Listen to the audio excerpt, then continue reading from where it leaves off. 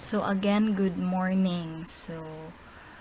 It's Monday and another topic na pod atong i-cater. So it is all about political science and the study of politics. Okay, so I know nga kaning atong tackle karon is somewhat na-tackle na sa inyong political science nga subject, but it is part man no sa UCSP, part man sa akong subject, no. Why do we need to understand culture, society, as well as politics? Okay. So what is political science? Political science comes from the two Greek words. Polis, later termed as politikos, refers to the city or state, and seer means to know. Okay. So, combining the two meanings, political science aims to know the activities within the state. So, such activities includes the following: human interaction, conflict, human and state relations, and power distributions, and also the threats, the foundations of the state, and the principles of the government. Okay.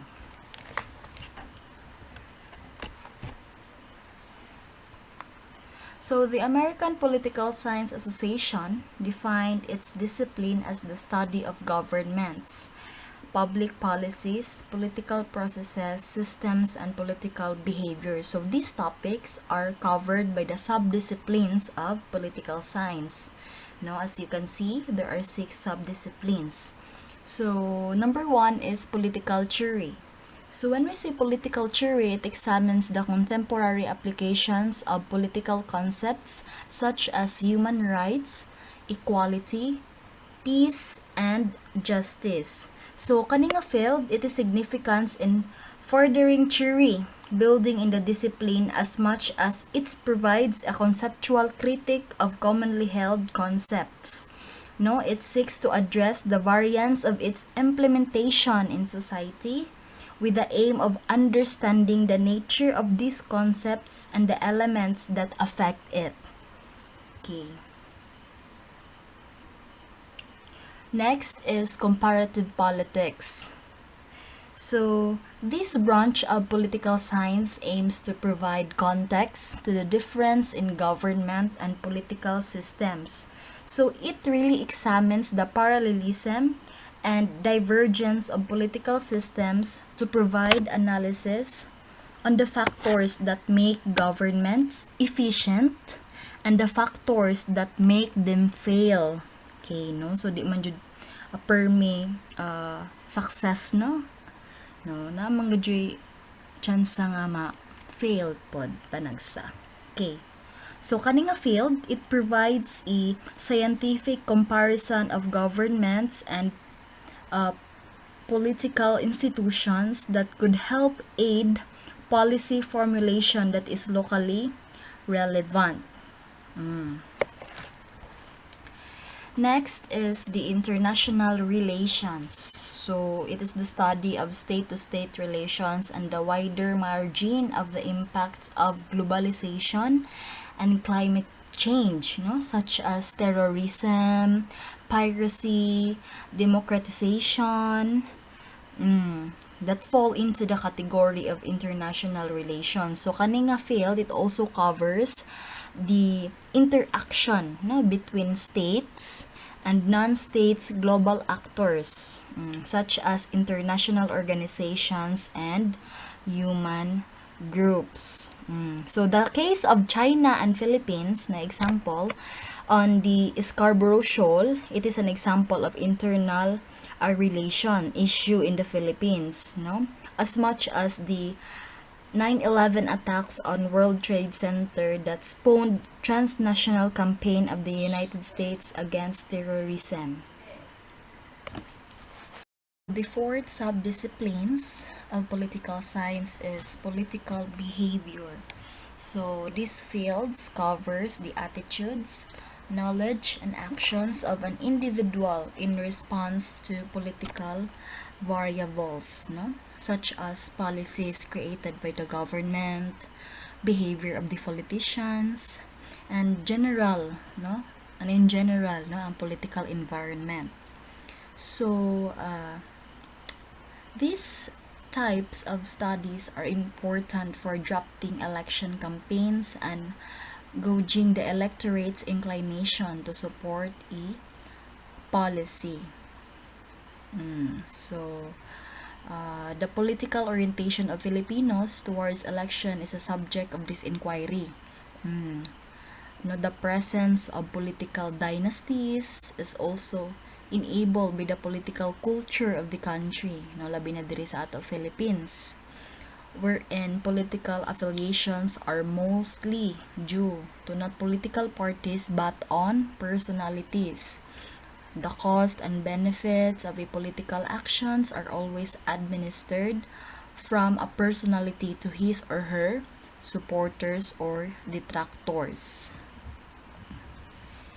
Next is public policy. So this field inquiries on the type of government policies and the underlying motivation for their enactment and implementation. So due to the nature of this field, it operates with other subdisciplines to create a comprehensive analysis. Okay, so the general perspective that policies are created to better the living conditions within a territory is at times inaccurate, as political actors behind policy making are also motivated by personal interest, no?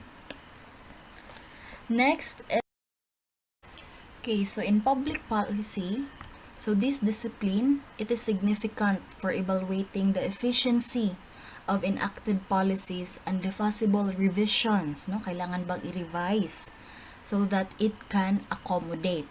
So like for example, ng mga controversial policies such as RH law, no? Reproductive Health Bill law, and the HIV or AIDS law. So it provide a window for analysis on the actors and factors at play in the Philippine political environment. So kaning duha nga laws were received with strong opposition, labi na gajud sa mga religious nga sectors and pro-family groups, while it rallied support from family planning advocates. Okay, so last subdiscipline of political science is the public administration. So this branch examines the various administrative schemes implemented by government officials. So it analyzes the strategies applied by administrative units in implementing the existing policies and the feedback mechanism that they use to gain the opinion of the public. No, so lain-lain ra bagay jud mga opinion. So kani nga field is important in providing scientific evaluation of the efficiency of administrative units in fulfilling their functions and the factors that affect them in their pursuit of accomplishing their deliverables. Okay.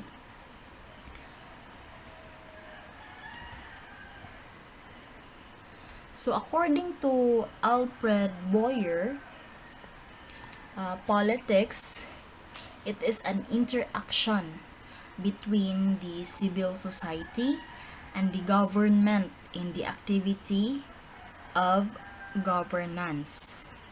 So, Boyer highlighted the concept of governance or the execution of laws within a territory as mediated by civil society, or when we say the sectors of society and the government.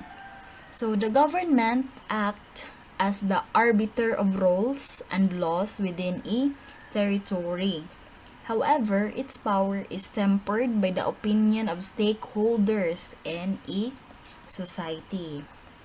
And also, according to Weber, no, kani sila mga tourists,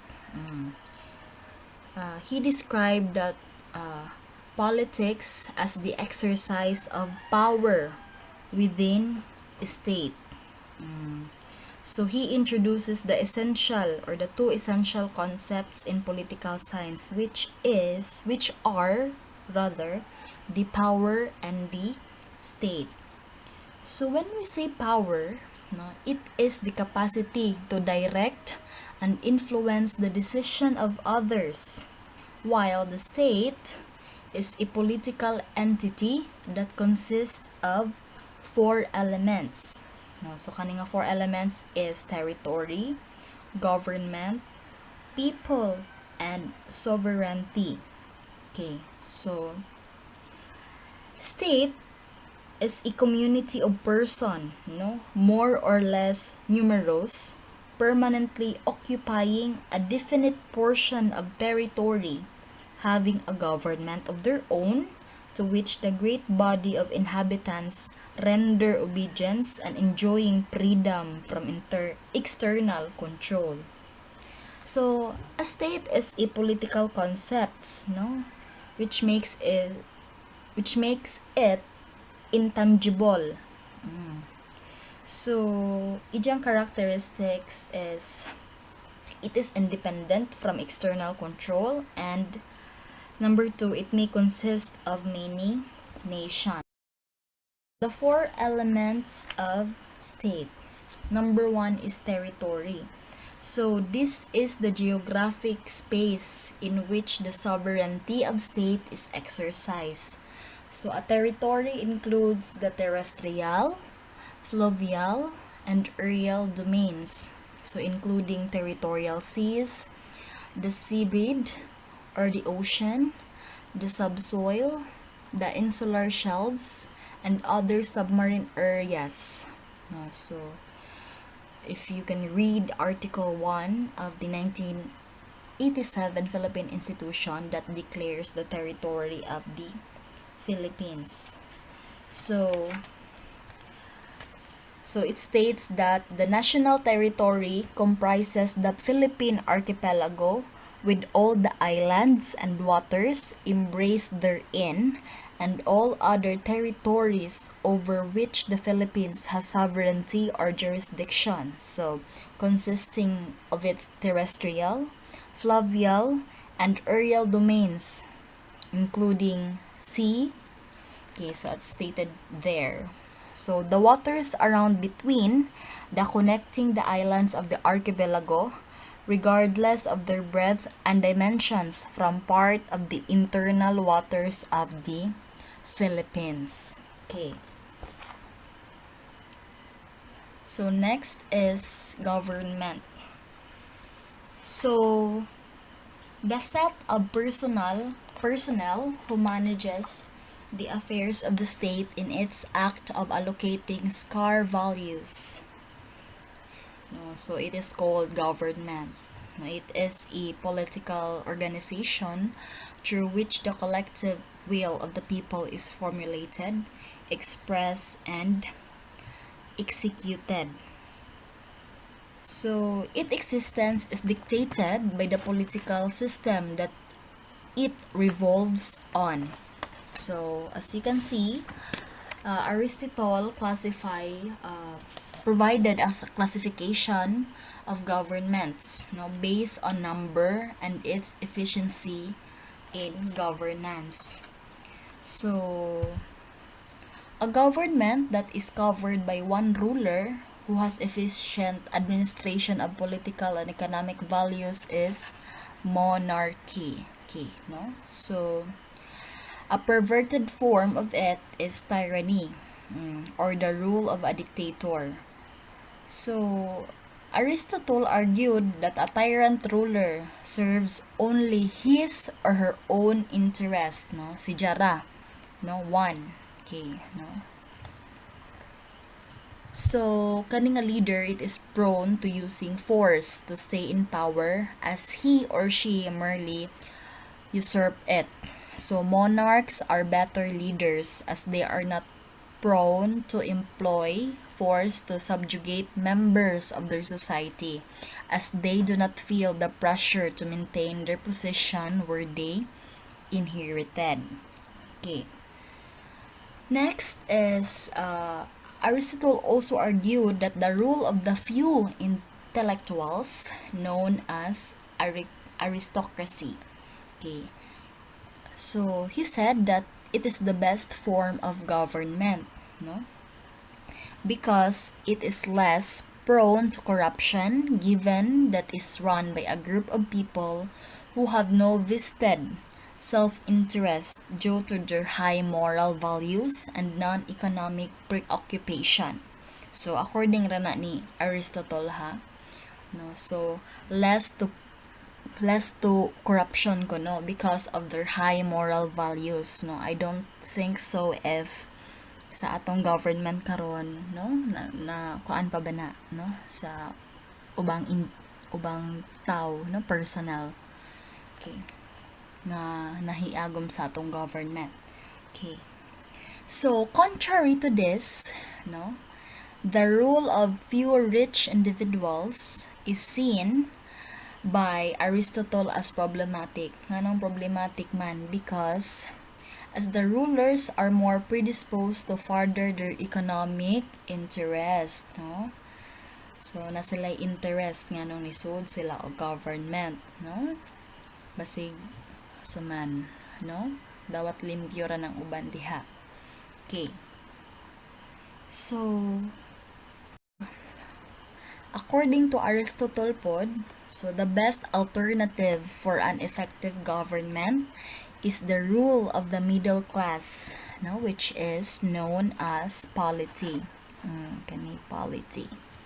So, kani nga type of government is the most efficient as it is less prone to corruption. So, this is due to the rulers who come from middle class, are satisfied economically, and are well educated, no? Matud ni Dia. But then sa atong nabantajan karon, no, maskin ma middle class or unsa pa na sila diha, unsa pa na sila ka educated, if naagi jud sila interest nganong nisud sila politika, murag ng patigbabaw jud na ilang kaugalingong interest, no? Without pakialam sa people, no? Ilarang kaugalingon ilang gyunahon na ba?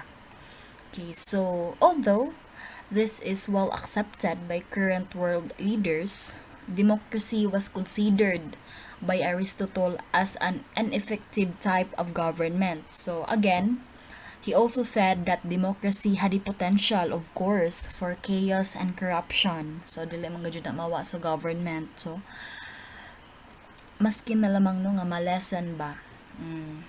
Given that it is ruled by the masses that are generally economically challenged and lacking proper education. So, next is people. Okay, so this is the crucial element of state, no? As it is through the existence of the people that concepts on government, state territory, and sovereignty take shape. So, in the context of political science, people is synonyms to a nation. So, a nation is a concept that is related to ethnicity, as people within it are bound by cultural and historical ties. So, a state can consist of many nations, and a nation can be framed within different forms of government. Okay, so when a state is composed of people who share the same culture and history, so it gains the compounded identity of being a nation and state. Because not all states can be considered as such due to the lack of shared identity among its people. Okay. Next, sovereignty. So this is the capacity of political system to make independent decisions within its territory. So sovereignty can be classified in terms of its scope.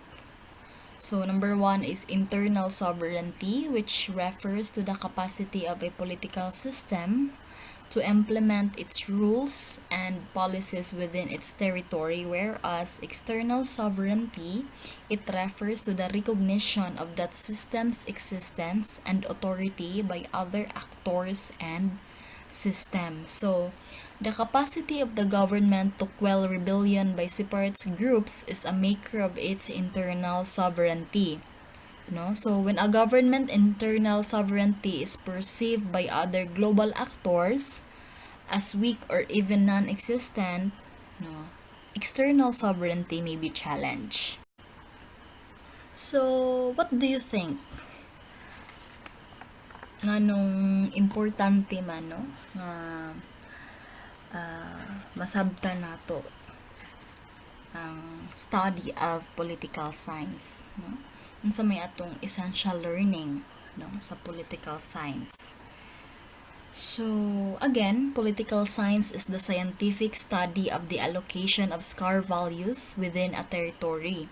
So, kaning nga values include power, of course, which is the capacity to influence the action and decisions of another party to support the agenda of the one who wields it. So, as the scope of this discipline, it ranges from behavior of individuals, no, kana nga mga politicians within a political system to the interaction between states. Political science generally subscribes to applied and interdisciplinary orientations. So kani nga mga orientations provide further significance to the use of political science in contemporary period as it presents scientific discourse on public policy, internal relation, and government. So, it serves as the basis of a critical review of society and creation, no? And creation, labi na gajud sa mga efficient nga laws, no? Sa man jud kailangan i-implement, no? So, it is because, as citizen, we have specific roles and responsibility towards the state. So, the state has also a duty to uphold the rights of the citizens. So, kita, as citizens, Filipino citizen. So, by studying political science, we come to know our rights and obligations in the state. And studying political science also help us realize the multifarious function of the state, thereby enabling the learners to assess their own government. So, nagadji ubanin jud diba nga ganahan jud mag pohon basig mahimo mong mga presidente, senators or mga cabinet members. So, labi nag-ingani ba is grabe jud kaadyo ni nga part, no, labi na kaniyatong government, no, kalahi-lahi itang opinion, and I guess kana nga mga complex topics is na-cater na sa inyong political science nga subject. So kaning ako is just basic ra nga kuan, no, why do we need to study or why do we need to know? Okay, so I want you to answer this one. Okay, so in a one whole sheet of paper. So, territory is one of the main points of conflict among states. For a long